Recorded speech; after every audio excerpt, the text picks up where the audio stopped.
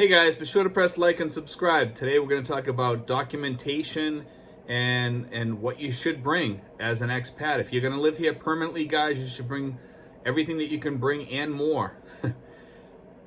Birth certificates, bring extra ones. Bring all your VA medical records. Bring your DD 214. Bring a couple of extra copies of DD 214s if you can get them.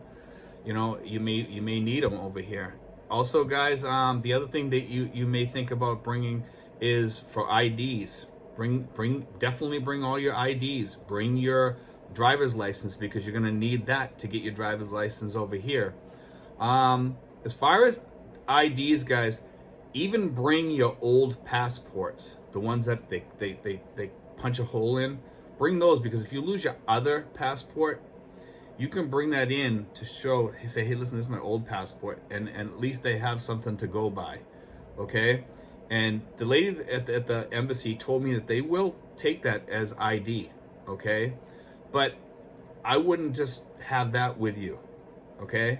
As a side note, I would go get one of those passport cards, the ones that are only good for Canada and Mexico, because at the embassy, that'll also get accepted as ID. It is an ID, guys. It's a legal ID, and it's a really good ID to have, okay? You want as many IDs as you can possibly have over here. Just my recommendation. And I would hide them around the house, okay? And we can cover that in another video about, you know, places to hide your documentation and IDs in your house, because you definitely want, you know, if your house ever gets broken into and somebody takes all your identification, you're pretty much, you know, in trouble here. It's a huge problem, okay? And leave a couple of IDs back home with your power of attorney, and you should have a power of attorney back home. I highly recommend the power of attorney thing. I did a video on that. You should watch that video. It's very, you know, talks a little bit about, you know, how easy it is to do and what's involved, okay? You definitely need a power of attorney, guys. Yeah, you should have that, okay? Yeah, your documents, bring everything. And like I said, bring extra. I brought over like about 2 or 3 birth certificates. Bring copies of life insurance and leave some with your power of attorney. Make sure that, you know, you have all your documentation in order. Everything should be in order. If you think you're gonna need copies of diplomas, you know, like I said, guys, the best thing to do is just take everything over here, or have it sent over somehow, you know, by some courier or whatever, and just make sure it's gonna get here. I highly recommend bringing it yourself and sending your clothes over, you know, through the courier, and then bring the documentation, because you can only, it's very expensive, guys, to take things through the airport. And when I came here, I came with 2 pieces of luggage, okay, and that was it. And I had all my documentation in there, but it was close. And some of you guys are probably going to want to take more stuff with you. So, wow, I would just send some stuff ahead or something like that if you can. You know, if you have some way of doing it, or do a ballot buy-in box or whatever, and send your stuff to your girlfriend.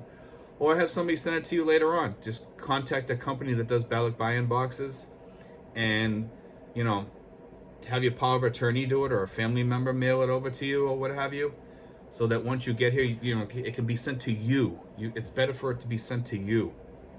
And, you know, there's a lot of thinking that that's involved with coming over here, guys. It's not just like 1, 2, 3, boom, I'm gonna be an expat, I'm gonna be coming over there, I'm just gonna get my passport and go over there. No. It's more to it than that, guys. You know, make sure you're safe. I hate seeing people come over here and they're not safe. They have no backup money. They have no backup IDs. They run into all kinds of problems over here because they had little, if any, planning. You know, I mean, I've seen one guy who come over here basically penniless, figuring he was going to live off a small disability of like $400 or $500 a month, and he became like an e-beggar, you know, asking people for money for cigarettes. Can you put a load on my phone? You know, stuff like that. You don't want that, guys. You don't want to come over here and think that you can live on $500 a month and live like that. No, don't. I can't stress that enough. I would highly recommend coming with at least $800 or more. You know, $800 is even that's pushing the limit. $800, you're not going to live good, guys. $1,500 is, I would say, if you're single, you should have at least $1,200 to $1,500 a month, and you're going to live okay, but you're not going to live phenomenally great. Okay, by that I mean you're going to live average.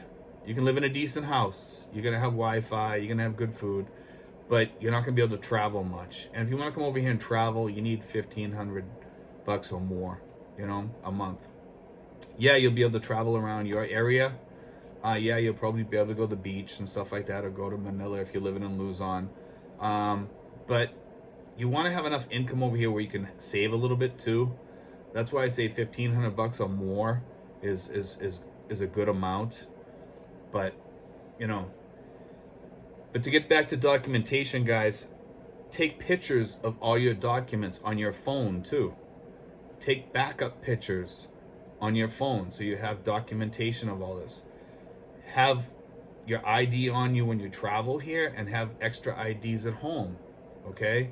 Some people say take your passport with you wherever you go. No.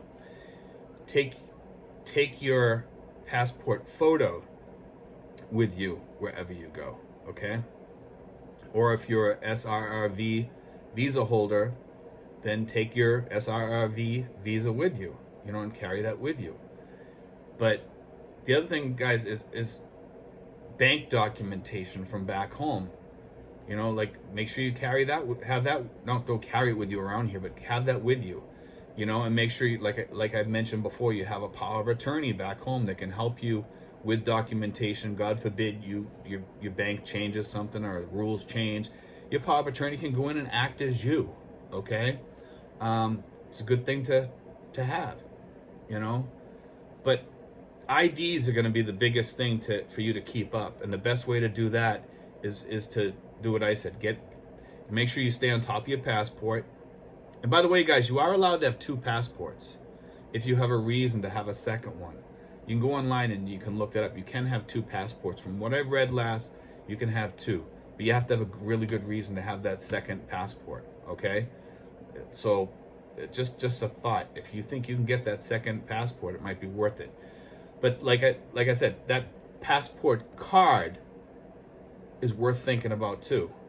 That passport card is a great item to have for an ID should you lose your passport.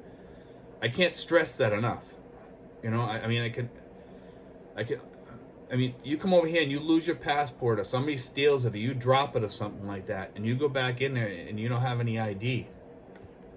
It's going to be a mess for you to get a passport, you know. But anyway, guys, I just want to put that out there, you know, because all this documentation you're going to need. Like I said, I'll go over VA papers.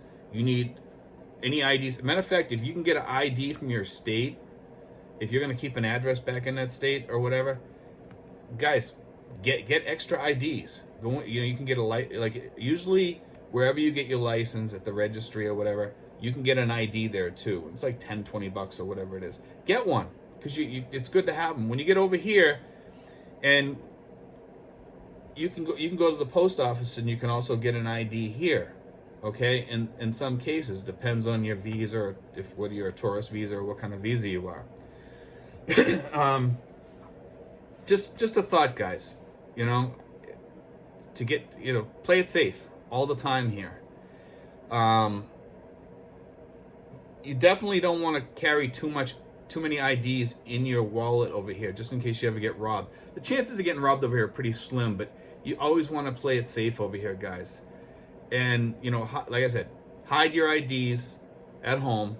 Especially most expats here, when they come here, they kind of have an extended family living with them, which is good. And there's usually somebody home, so those IDs would be safe at home, you know. But you want to hide them really good, guys, just in case somebody breaks in, steals something, fire, disaster, earthquake, whatever, God forbid, whatever it may be. But, you know, you definitely should cover yourself on all that. And I'm trying to think of what else. That's about it, guys. I think I covered it all today. Anyway, guys, God bless. Take care. And be sure to like and subscribe, guys.